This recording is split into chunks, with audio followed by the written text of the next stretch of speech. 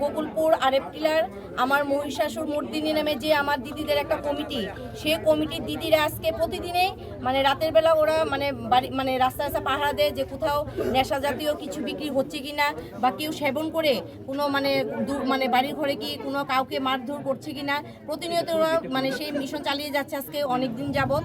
কিন্তু আজকে ওরা বাচ্চু সরকারের নামে একজন বাচ্চু সূত্রধর নামে একজন মানে ব্যক্তির বাড়িতে ওরা দোকানে এসে হামলা করায়। ওই দিনও ওরা এসেছিল গোপন সংবাদের ভিত্তিতে ওরা এসেছিল।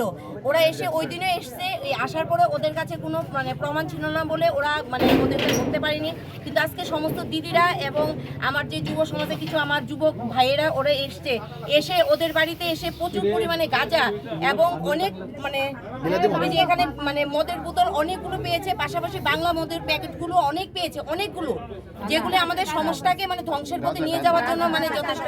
এখানে গাঁজাও আছে অনেকগুলো, গাঁজা মদ থেকে শুরু করে কোনো কিছু বাদ নেই।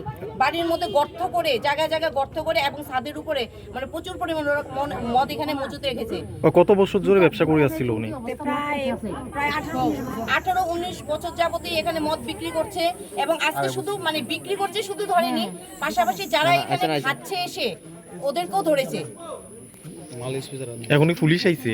হ্যাঁ, পুলিশের খবর দেওয়া প্রশাসনে মানে আমরা পুলিশকে মানে ফোন করার সঙ্গে সঙ্গে ওরা চলে এসেছে এখানে। এই জায়গাটার নাম কি? এটা হচ্ছে আরেপটিলা, এটা গোকুলপুর পঞ্চায়েতেরই একটা অংশ। আরেপটিলা আসাম রাইফেল ক্যাম্পের অপোজিটে।